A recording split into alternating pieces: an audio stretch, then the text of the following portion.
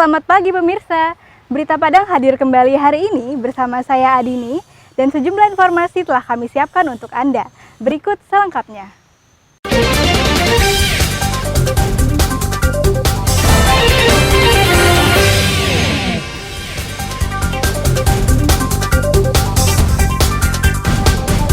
Sepuluh rumah di Gurun Laweh, Padang, ludes terbakar.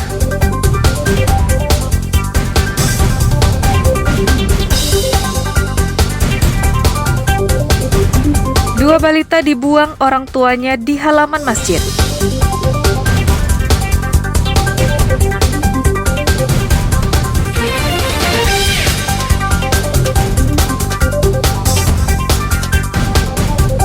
Beda gaya reses anggota DPRD Sumatera Barat.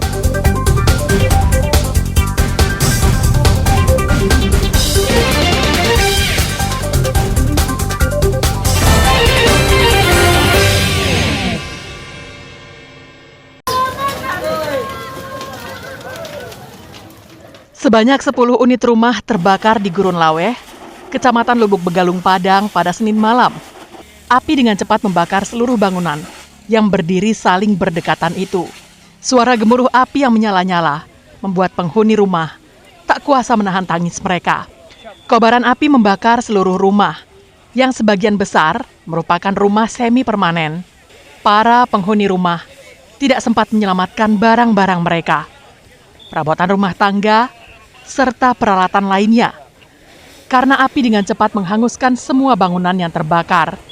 Petugas pemadam kebakaran yang datang dengan 10 unit mobil pemadam kebakaran tetap tidak mampu menyelamatkan rumah-rumah yang terbakar. Petugas hanya berusaha melokalisir kebakaran agar api tidak menjalar ke rumah-rumah lainnya di kawasan yang padat permukiman itu. Berselang 1 jam kemudian, petugas berhasil memadamkan api.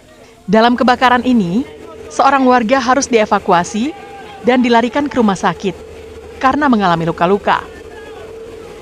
Telah terjadi kebakaran di Paralaweh, tepatnya di kawasan pinggir sungai ini. Ada diperkirakan 10 rumah, sekarang kita masih berupaya untuk melakukan pemadaman. Nah, ini kita saat ini masih berupaya untuk mengecek apakah masih ada korban atau enggak. Ini saat ini kita maksimalkan dulu untuk pemadaman. Nanti sambil kita susuri masih ada korban atau tidak. Kalau yang terlihat semi permanen kan, karena gelap juga ini. Nanti kita pastikan lagi. Meski tak ada korban jiwa dalam kebakaran ini, namun penghuni mengalami kerugian hingga ratusan juta rupiah. Untuk mengetahui penyebab pasti kebakaran, polisi masih melakukan penyelidikan. Alfi melaporkan dari Padang.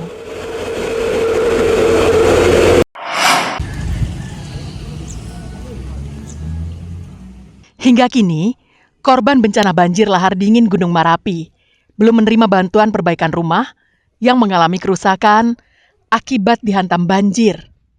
Korban yang menerima secara simbolis bantuan dari Presiden Republik Indonesia tanggal 20 Mei lalu, bahkan telah mengantongi buku tabungan yang berisi uang dari pemerintah pusat. Namun uang itu tidak bisa dicairkan karena belum adanya bukti validasi dari BPBD. Salah satu korban banjir lahar dingin di Jorong Galuang, Nagari Sungai Pua Agam, mengaku kecewa karena bantuan yang diterimanya secara simbolis dari Presiden Joko Widodo hingga saat ini tidak bisa dicairkan. Berbagai cara telah diupayakannya untuk mencari solusi, namun hingga kini tidak menuai hasil. Muhammad Ansarullah mengaku diminta oleh pemerintah Nagari untuk menjadi perwakilan korban yang menerima bantuan, bersama 8 orang lainnya dengan kategori yang berbeda-beda, rusak berat, rusak sedang, dan ringan. Saat itu, mereka menerima informasi dari Jokowi bahwa bantuan bisa langsung digunakan untuk memperbaiki tempat hunian mereka. Kata Bang Mandi, minta validasi dari BPBD katanya. Karena uangnya sudah ada katanya. Bapak ambil validasi, hari ini saya cairkan uangnya. Nah, itu dia ke BPBD. Nanti dulu ya. Kita data orang yang 500, tapi sampai saat ini tidak ada di data. Dan dia bilang yang sudah dapat ini nanti mau ditarik, ya, jadi diganti dengan bahannya. Jadi sepertinya main-main aja jadinya. Itu keterangan dari siapa, Pak? Dari orang BPPD. Menanggapi hal itu, Kepala Pelaksana BPBD Agam menyampaikan bahwa uang bantuan dari pemerintah pusat yang diserahkan Presiden saat itu sudah ada di rekening korban. Namun statusnya masih diblokir karena pencairan masih menunggu mekanisme dan proses pencairan. Terkait pelaksanaan mekanisme penggunaan dana bantuan rumah ini mengacu kita kepada peraturan pelaksana BNPB nomor 5 tahun 2024. Dan rencana kita dalam waktu dekat ini kita akan melaksanakan sosialisasi kepada masyarakat kita mekanisme pelaksanaan bantuan dari pemerintah melalui BNPB. Bantuan secara simbolis diterima oleh 9 orang perwakilan korban yang rumahnya mengalami kerusakan berat dengan nilai 60 juta rupiah per kepala keluarga. Kerusakan sedang dengan nilai 30 juta rupiah dan kerusakan ringan 15 juta rupiah. Kasus ini menjadi pertanda betapa lambannya aparat bertindak. Jika dibandingkan dengan daerah lain di Indonesia, korban bencana bahkan telah menempati rumah baru mereka kurang dari 8 bulan usai bencana terjadi. Di Sumatera Barat, masa tanggap daruratnya malah diperpanjang hingga Desember 2024. Dina Amrina melaporkan dari Bukit Tinggi.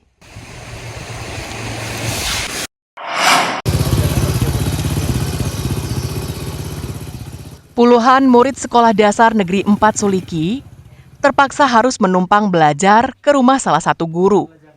Akibat ruang kelas mereka tertimbun material longsor yang terjadi beberapa hari yang lalu. 2 ruang kelas sekolah dasar yang berada di Jorong Soria, Kenagarian Suliki ini tertimpa material longsor yang mengakibatkan ruang kelas tersebut tidak dapat digunakan. Kepala Sekolah Dasar Negeri 4 Suliki, Mena Lestari mengungkapkan, takut akan terjadi longsor susulan. Terpaksa harus mengalihkan sistem belajar mengajar ke rumah salah satu guru yang berada tidak jauh dari lokasi sekolah. Ini karena bencana longsor yang awalnya terjadi pada hari Sabtu jam 10.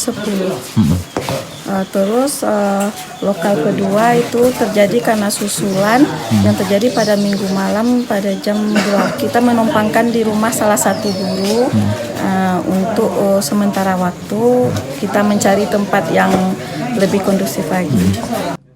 Sementara itu, Bupati 50 Kota, Safarudin Datuk Bandaro Rajo, saat meninjau lokasi sekolah yang terdampak longsor, mengungkapkan pihaknya akan melakukan penanganan serius untuk merehab ruang kelas yang rusak. Menurut Bupati, murid belajar di rumah guru ini akan berlangsung lama hingga akhir semester ini. Sekolah ada 8 sekolah yang kena dan terparah ini SD 04 Suliki ini. Dan juga ada di Kurai dan juga ada yang terendam banjir. Dan sekarang anak sedang diungsikan ke rumah guru untuk belajar. Rencana kita dengan Dinas PU dan Dinas Pendidikan dan OPD terkait, ini harus ditangani secara menyeluruh, harus direhab secara total. Berdasarkan data BPBD 50 Kota, terdapat 8 sekolah yang terdampak bencana alam, mulai dari banjir hingga tanah longsor. Ikhlasul Ihsan melaporkan dari 50 Kota.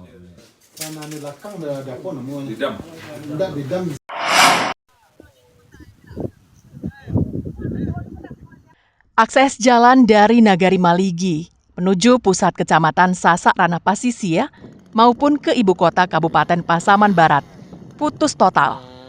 Hal ini disebabkan 2 jembatan yang ada di sepanjang jalan menuju Maligi ambruk. Akibatnya, hanya sepeda motor yang bisa keluar masuk melewati jembatan darurat. Sedangkan mobil tak bisa melewatinya dan tertahan di nagari itu. Sebuah jembatan yang menghubungkan jalan yang masih proses pengerasan hanyut terbawa air akibat meluapnya Bancah Galinggang dan Muara Sua. Selain itu, sebuah jembatan darurat yang terbuat dari pohon kelapa juga ambruk karena pondasinya roboh digerus air sungai yang meluap. Akibatnya, warga harus meniti salah satu pohon kelapa yang masih membentang di jembatan itu agar bisa menyeberang. Seorang nenek-nenek terpaksa digendong untuk melewati jembatan itu. Sedangkan sepeda motor harus dipapah dengan hati-hati agar tak tercebur ke sungai. Jalan satu-satunya kami berharap juga kepada pemerintahan provinsi dan kabupaten agar dapat perhatian khusus untuk masyarakat kita Meligi supaya jembatannya bisa diperbaiki. Ribuan masyarakat yang melewati dari Meligi ke Sasak, yaitu untuk berurusan baik itu ke kecamatan ataupun kabupaten sangat susah sekali. Kalau jalan alternatif untuk Meligi Sasak tidak ada, hanya ini satu-satunya untuk akses jalan ke Sasak. Minggu pagi, warga bergotong royong membuat jembatan darurat pengganti jembatan kayu yang dihanyutkan air. Warga bekerja sama menggunakan peralatan yang sangat sederhana.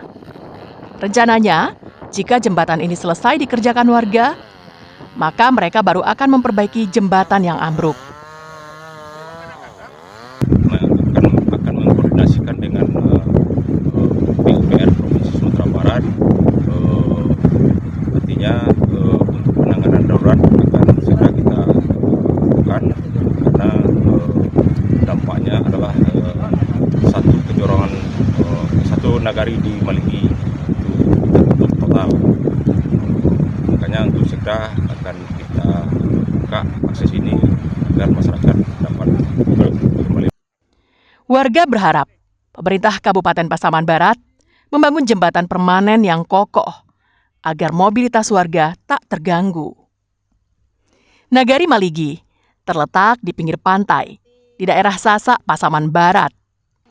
Nagari yang dihuni oleh ribuan jiwa ini terletak sekitar 25 km dari kantor Kecamatan Ranah Pasisia. Menuju Maligi hanya bisa ditempuh dengan jalan darat yang hanya ada satu-satunya. Safatul Ulum melaporkan dari Pasaman Barat.